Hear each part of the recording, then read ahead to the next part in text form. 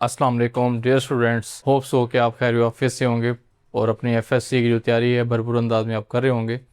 Previous lecture में हम overall जो यूरिनरी सिस्टम का स्ट्रक्चर था हमने वो पढ़ा था, और आज के इस लेक्चर में हम नेफ्रॉन का फंक्शन जो है डिस्कस कर रहे हैं।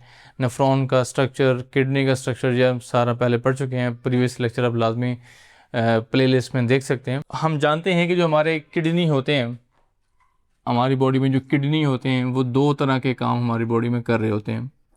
मेन जो प्राइमरी फंक्शन है किडनी का वो तो यही है, ब्लड में से वेस्ट को रिलीज़ करना, एक्सक्रीट करना। जो मेटाबॉलिक वेस्ट होता है ब्लड में, मेटाबॉलिक वेस्ट को एक्सक्रीट करना।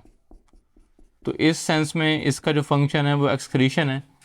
सेकंड फंक्शन इसका ये होता है कि जो किडनी होती हैं वो ब्लड में जो सॉल्ट्स हैं, वाटर है, उसको भी रेगुलेट कर रहे होते हैं।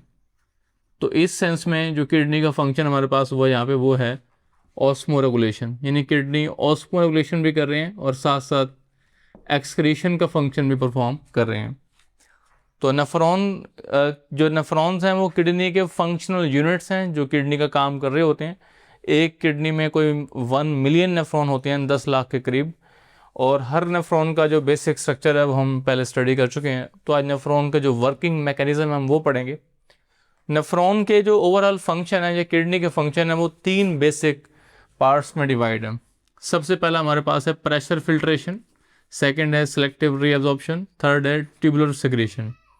सबसे पहले अब जो प्रेशर फिल्ट्रेशन है इसको स्टडी करते हैं।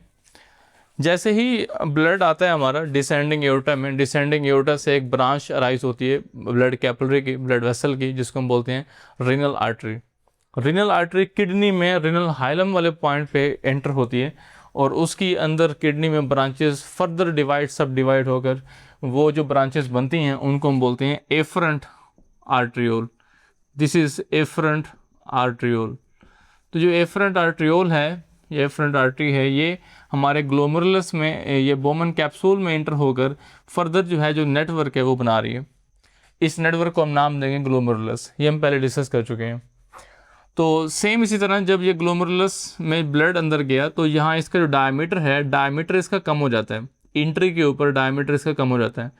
तो इसका जो डायमीटर है वो कम होने से क्या होगा, प्रेशर जो होगा वो बढ़ जाएगा।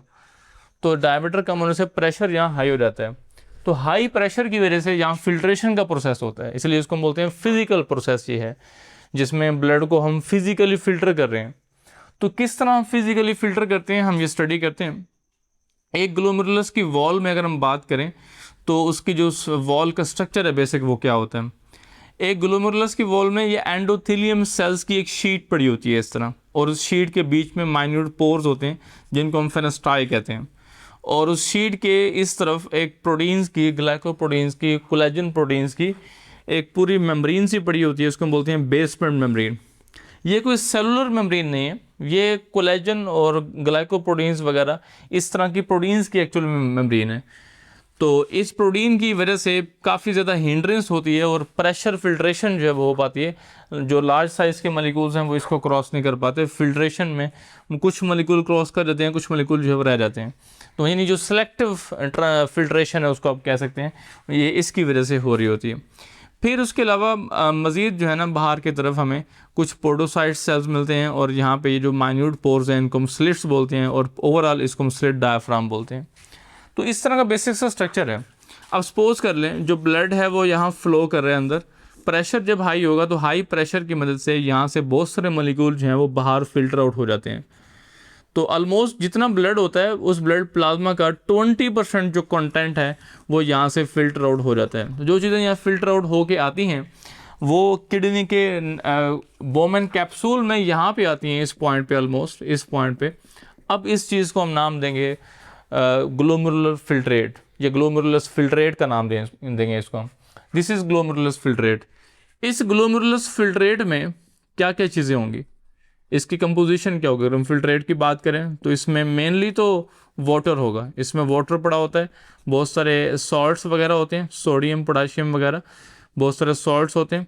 और इसके अलावा वाटर के अलावा, सॉल्ट्स के अलावा यहाँ पे कुछ यूज़फुल मॉलिक्यूल्स भी मिस्टेकनली फिल्टर होके आ जाते हैं, लाइक के अमाइनो एसिड्स हैं, इसी तरह ग्लूकोज है हमारे पास, ये भी फ़िल्टर होके आ जाता है, या इस तरह वाइटामिन्स हैं ये भी फ़िल्टर होके आ जाते हैं। लेकिन कुछ चीज़ें हैं जो फ़िल्टर नहीं होती, वो बड़े साइज़ की वजह से। उनमें हमारे पास एग्जांपल यहाँ पे है प्रोटीन्स बहुत सारी, जैसे आप देखते हैं कि ब्लड के अंदर जो है एल्ब्यूमिन प्रोटीन है, बड़े साइज़ की प्रोटीन है ये एल्ब्यूमिन प्रोटीन जो है बड़े साइज़ की वजह से यहाँ से वो क्रॉस नहीं करती। ठीक है, एल्ब्यूमिन के अलावा यहाँ पे अगर हम बात करें तो जो RBCs हैं, रेड ब्लड सेल्स, इनका साइज़ भी लार्ज होता है, ये भी क्रॉस नहीं करते। तो ये ब्लड सेल्स और प्रोटीन्स वगैरह लार्ज साइज़ की क्रॉस नहीं करते। छोटे साइज़ की proteins, salts, water, amino acids, glucose, vitamin, ये सारे मॉलिक्यूल जो हैं वो ग्लोमेरुलस की वॉल को क्रॉस कर जाते हैं और ग्लोमेरुलस फिल्ट्रेट का वो पार्ट बन जाते हैं। तो 20% जितना ब्लड आएगा उसका 20% ऑलमोस्ट जो है यहाँ से फ़िल्टर हो जाता है। तो जब फिल्ट्रेशन का प्रोसेस हो गया, इसको हम नाम देंगे अल्ट्रा फिल्ट्रेशन, या फिल्ट्रेशन कह रहे हैं, फिजिकल प्रोसेस भी इसको हम नाम दे रहे हैं। तो अगला जो सबसे मेन काम जो होता है हमारे पास वो होता है सेलेक्टिव रीअब्जॉर्प्शन। क्योंकि मैंने कहा कि बहुत सारे यूज़फुल मॉलिक्यूल्स मिस्टेकनली जो है यहाँ पे फ़िल्टर हो के आ गए थे, लाइक के अमीनो एसिड्स वगैरह, कुछ सॉल्ट्स या वाटर भी आप कह सकते हैं। ये मॉलिक्यूल बहुत सारे यूज़फुल मॉलिक्यूल थे जो फ़िल्टर होके यहाँ पे आ गए थे। इन मॉलिक्यूल्स को वापस पहुँचाना बहुत ज़रूरी है। अगर इनको हम नहीं पहुँचाएंगे तो हमारी डेली बेस पे हमारी बॉडी से ये मॉलिक्यूल लॉस होते रहेंगे, और इनके लॉस होने की वजह से जो हमारी ओवरऑल बॉडी में ग्लूकोज की, वाइटामिन्स की, इन चीज़ों की कमी हो जाएगी हमें शदीद। तो इसलिए रीअब्जॉर्प्शन बहुत इंपॉर्टेंट प्रोसेस है। तो सबसे ज़्यादा रीअब्जॉर्प्शन का प्रोसेस होता है, वैसे तो पूरे ही इस ट्यूबुलर पोर्शन में रीअब्जॉर्प्शन का प्रोसेस चल रहा है, कहीं वाटर रीअब्जॉर्ब हो रहा है तो कहीं पे सॉल्ट रीअब्जॉर्ब हो रहे हैं, ये प्रोसेस चल रहा है। मैक्सिमम रीअब्जॉर्प्शन ऑलमोस्ट आप कह सकते हैं 75% जो रीअब्जॉर्प्शन होती है ये प्रॉक्सिमल ट्यूब्यूल में होती है। ये एग्जाम में MCQ भी आ सकता है कि मैक्सिमम रीअब्जॉर्प्शन जो है वो कहाँ पे होती है, तो प्रॉक्सिमल कन्वोल्यूटेड ट्यूब्यूल में ये हो रही होती है।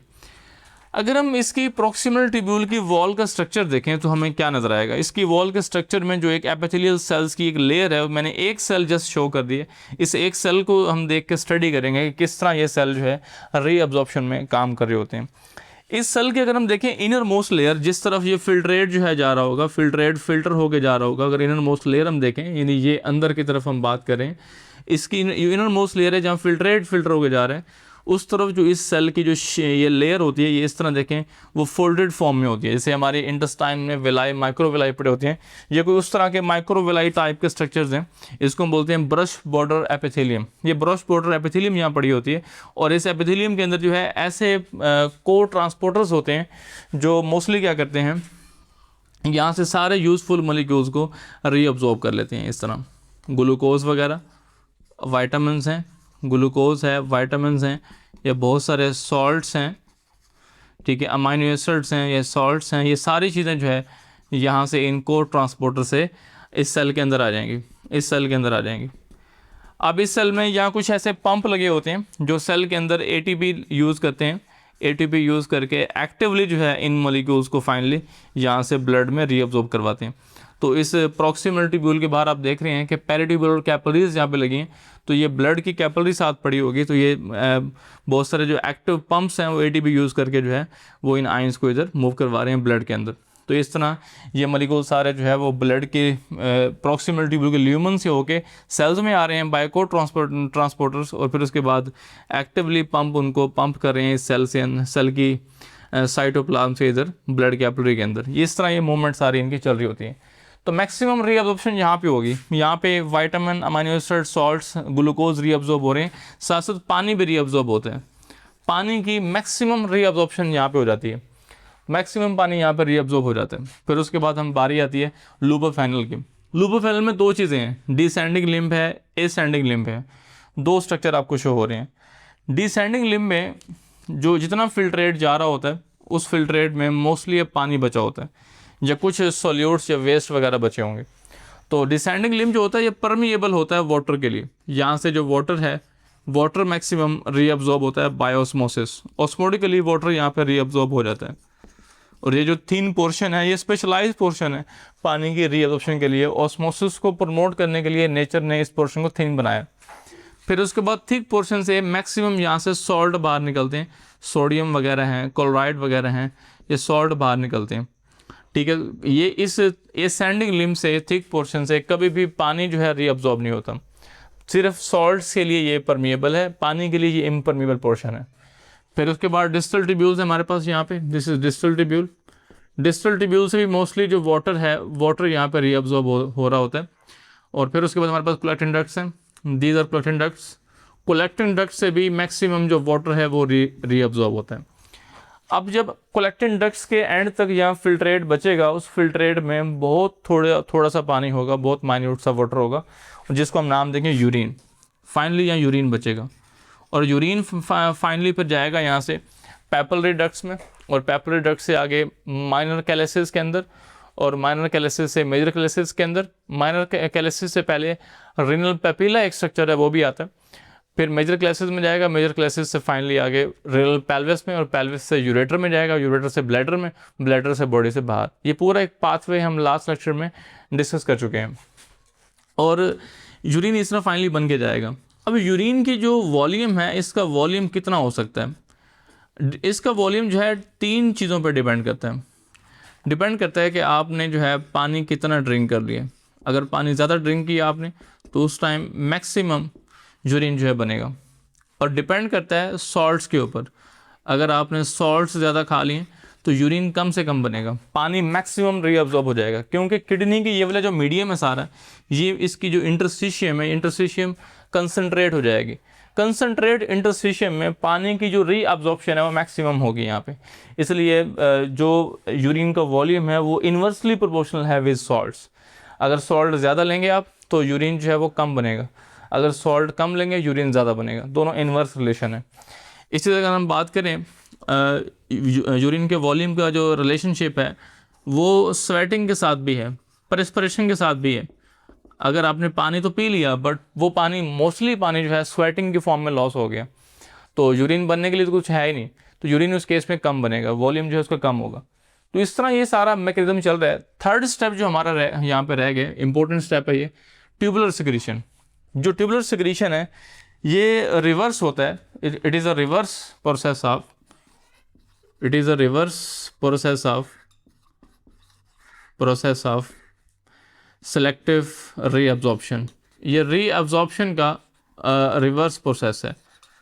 इसमें कुछ चीज़ें हम यहाँ पे ऐड करते हैं, ठीक है। हमने बात की थी ना कि यहाँ पे कोर ट्रांसपोर्टर्स हैं, यहाँ पे कुछ चीज़ें ऐसी प्रोटीन्स लगी हैं जो फिल्ट्रेट से मॉलिक्यूल्स को अंदर लेके आती हैं सेल के अंदर, और कुछ ऐसी प्रोटीन वो पड़ी हैं साथ जो साथ साथ जो है आयंस को बाहर भी भेजती हैं। यहाँ कोर ट्रांसपोर्टर पड़े होते हैं। तो ट्यूबुलर सिक्रीशन क्या होती है, इसकी इंपॉर्टेंस क्या है, हम समझेंगे यहाँ पे।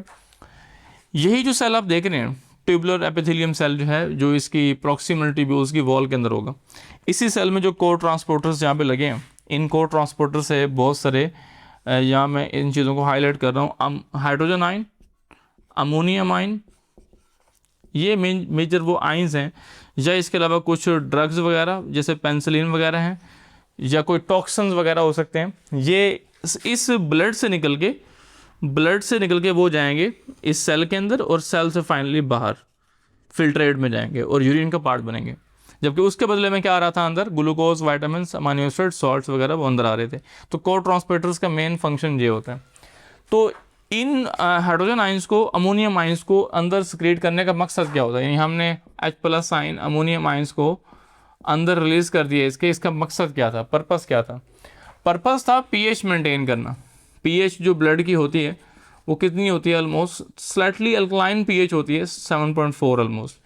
तो pH को मेंटेन करने के लिए जो है यहाँ पे हाइड्रोजन आयन और अमोनियम आयंस को इसके अंदर जो है वो ट्रांसपोर्ट किया जाता है। तो इसको हम नाम देंगे सेलेक्टिव ट्यूबुलर सिक्रीशन। ये pH की मेंटेनेंस में इंपॉर्टेंट रोल प्ले करती है। तो ये हमारा था आज का लेक्चर फंक्शन ऑफ नेफ्रॉन के हवाले से। अगर आपको ये पॉइंट सारे अच्छे लगे हों तो हमारे इस चैनल को लाइक, सब्सक्राइब और शेयर लाजमी कीजिएगा, और दोस्तों के साथ भी शेयर लाजमी कीजिएगा। मिलते हैं नेक्स्ट लेक्चर में, रेगुलेशन ऑफ यूरिन कंसंट्रेशन। तब तक के लिए अल्लाह हाफिज़।